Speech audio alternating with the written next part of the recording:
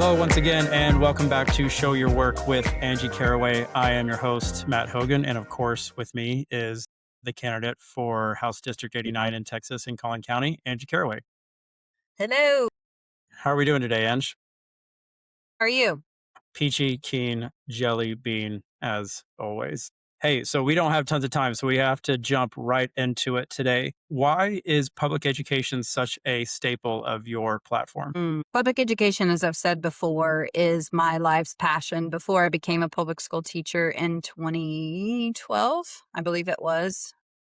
I've spent my whole life before I got to public education actually teaching. I can remember as a small girl making my friends sit down and my little brother sit down so that I could teach them. We were playing school. So I later on became a lifeguard and then a lifeguard instructor. Started working in the service industry and became a trainer, then a regional trainer, then trained managers on how to open new stores. So it's kind of always been my life's passion is to educate. What we need in Austin is a teacher voice. Most everyone I know is a product of public education and has, such fond memories of being raised by public education besides their parents. So it is such an integral part of our society, and everyone, in my opinion, has the right to be educated. That's why public education is so important to my platform. What was your public education experience like coming up? Some great experiences. We were raised on military bases most of our childhood. And so we went to lots of different schools. But the environment was the same. There were differences, depending on the state that we were in. But what was the same, in my opinion, was that there was always learning that happened. There was always teachers that cared. There was always, experiences with your classmates that became part of your core memory that was consistent no matter where I went. Can you think of any particular teachers from your coming up in public education that Absolutely. still stand out in your memory? Yeah. Who's the first one to jump in? I had two teachers, Miss Gortz and Miss Good. Miss Good was my English teacher, and she was the first teacher I ever remember reading books out loud to us. I mean, elementary schools do, obviously, in circle time and stuff like that. But she read Edgar Allan Poe's Telltale Heart out loud to us and The Outsiders out loud to us. And gosh, I just remember falling in love with stories, and Edgar Allan Poe was my favorite author for a long, long time. Edgar Allan Poe had a lot of big impacts on those teen angst years. Absolutely. Absolutely. Yeah. So, and then Miss Gortz was my PE teacher and coach. That's when I really fell in That love with checks out. athletics. Yeah. I fell in love with athletics because of her passion and just poured herself into us, all the time and trusted us. I think that's really a key to the teachers that we find most influential is that they respected kids, for being kids, to be seen as an equal by a teacher, but you want to be respected and shown respect and give respect, I think that's what makes them influential. That's really neat.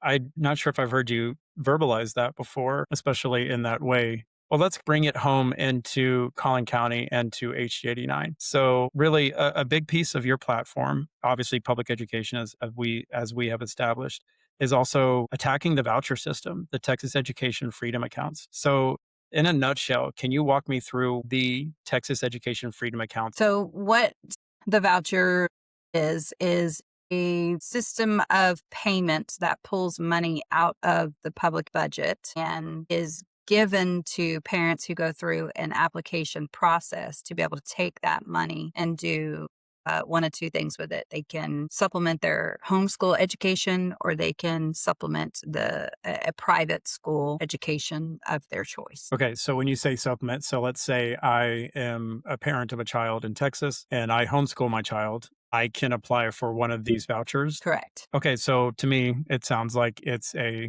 diversion of public funds into private entities, essentially. Why is that framed, why in your opinion is that a bad thing? Here's the problem. When you have public education, those dollars are not privatized. So your $1 is given the full worth of that $1. So the value of that dollar is still the same. When you have these voucher programs, you're now taking that $1 and the privatization of it with companies like Odyssey. That dollar might be worth 50 cents now. So you're taking funds that were, public funds without these extra fees and profits that are put on them and stipulations and application processes. For public education, there is no application for a kid to go to school. You just have to go and register, and that's the school that you go to. There's no extra steps. So not only are you devaluing taxpayers' hard earned money, there's also all these stipulations to, being a part of the process and then going to the school. And the school can decide whether or not to accept your child at the end of the day based on just about anything: behavior, sex, religion, whatever.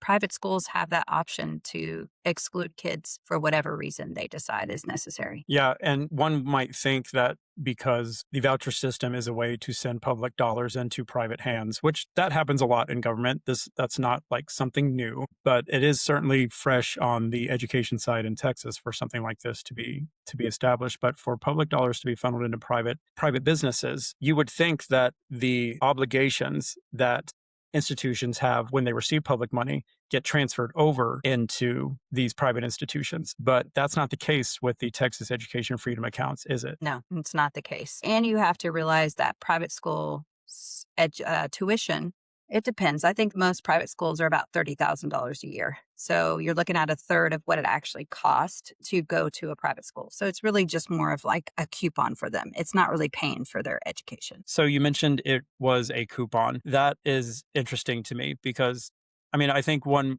could make the argument that that makes it more affordable. So let's say a family might actually have, I don't know, $12,000 available for tuition for a private school. And now this puts that within reach. That could be a good thing for some families. Yeah. You could, as long as you're okay with them excluding your child for whatever reason they deem. Yeah. What's the worst case scenario with that? Because I mean, that's an easy way to like frame a boogeyman situation here. But what's really, though, what is the worst case situation as far as a child getting turned away from a school? The worst case scenario for me is that you go through this whole process, right? So you've applied to the state to receive the voucher money, and then you're given the money. It goes to the school, and then the school says, yeah, so see, here's the thing. Your kid has been in school and has a behavior issue, and we just don't think he's a good fit for this school. They can say goodbye and expel you, period. Then you have to go back to public education, in which that $10,000 was already stolen from public education. But because public education does not turn kids away, then we have to find that cost to educate that child somehow. So, what have you heard from people who have opinions, concerns about the voucher system being implemented into Texas? So HD89 is a big district. There's 206,000 people in district. And one thing that is very consistent is that all of our schools are A, B, and C rated. So the TEA, which is our Texas Education Agency, rates schools based on their state scores, their overall performance of the students within the school. So obviously, the higher the rating, the A, the better the school is, better the school is throughout the state. And, Lovejoy and Wiley and Allen are continuously not just A rated schools, but, at the top when it comes to the state, especially Lovejoy. So we've got good school districts here. Now, depending on where we're at in district, the experience is totally different when it comes to funding and how I think this is going to affect those school districts. In the more rural areas, there isn't a whole lot of private school options. So, I think this is a really big deal with the rural issue of when it comes to private schools growing up in rural areas in Texas.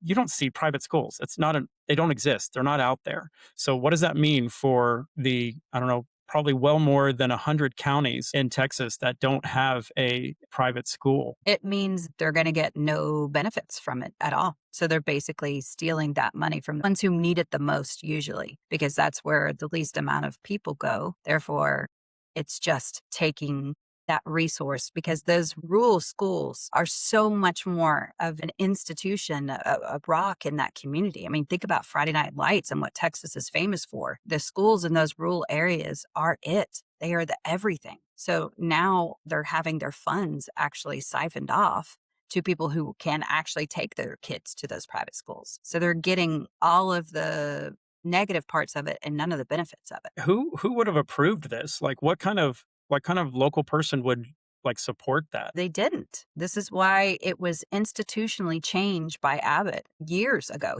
because the big holdout on the vouchers for a long time were those rural legislators, because they knew they weren't going to benefit from this. So what did Abbott do? He primaried them all. He got them out of there. Anybody who was resisting these vouchers in those rural areas, he just replaced with somebody that would agree with him. That's Were why the these vouchers wind Democrats up that he passing. replaced? Absolutely not. No, they were So his mostly own party, Republicans. you're saying? Yes, his own Okay, party. so he turned on his own party to do that. Yes, he did. Instrumental. He made changes. Yeah, that's a big deal to point out. So about funding, this first $1 billion to fund this first year of TIFA was in the budget already. So they have that money. When I say they, I mean legislators, the state of Texas. Do you think that will always be made available by the legislature, or do you think that money will come from other places in future legislative sessions? It's going to come from public schools. They're going to continue to underfund it to fund TIFA. They're going to take that money from the public schools and put it into the voucher scam, period. So what you have to understand is that school districts and educators, our first goal, first and foremost, is always going to be to protect what the kids interact with daily, right? We want to have the least impact possible when it comes to students. So, what does that look like when budget cuts start to happen? You start with these things that affect only a few kids. It's going to be small cuts. You'll see it in the resources that the kids get, less things being provided by the school, like Kleenex and hand sanitizer, to there's going to be less teachers in that building. There's going to be bigger class sizes. There's going to be programs that, affect the majority of kids, like your extracurricular activities. It could be less music classes. Maybe they don't offer choir. Maybe they have to pay a fee to participate in athletics, or pay a fee to participate in transportation, bus services for the school. So there's lots of different ways. Public school has been masters at making budgets because they've had to deal with being given not the best amount and told to make it work. So you're saying like they're really good at making it work with what they have. Absolutely. Absolutely. And that speaks to the resolve of teachers, because educators, we're going to educate that child. It's a passion for us. It's not something we take lightly, and we don't want to hurt the education of kids. So we're going to do anything we can. That's why you see teachers that spend hundreds of dollars every year in their classroom, because if nobody else is going to do it, then we're going to do it. What can legislators do to stop it? The best way and the most powerful way that legislators have, besides making bills, is to actually fund those bills. They set budgets. So we can cut this voucher system off with the funding. I mean, we set budgets, then we don't vote to actually continue to fund that legislation. Okay, so it sounds like if you have a legislature in Texas that is friendly to public education, that they can cut this thing off with its funding the next legislative cycle. Correct. Gotcha. Okay, great.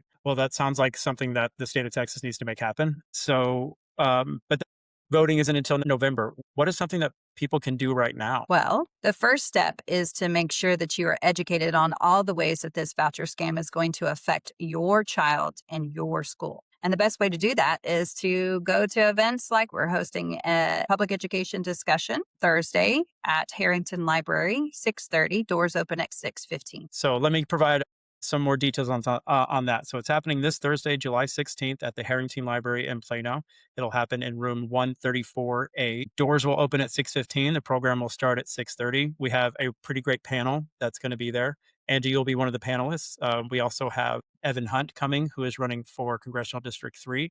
And then we also have another teacher joining you, Jordan Wheatley, who is running for State House District 67. But then we also have a keynote speaker, Herb Krasner of Save Our Public Schools. I think it's going to be really vital for the community, especially to hear from people who actually have dogs in the fight and stakes in the game. Okay, that's going to do it for this episode of Show Your Work with Angie Caraway. I think, Angie, that was a great discussion. Thanks for your time today. I guess we will see everyone next week. All right, sounds good. See you See you then. later.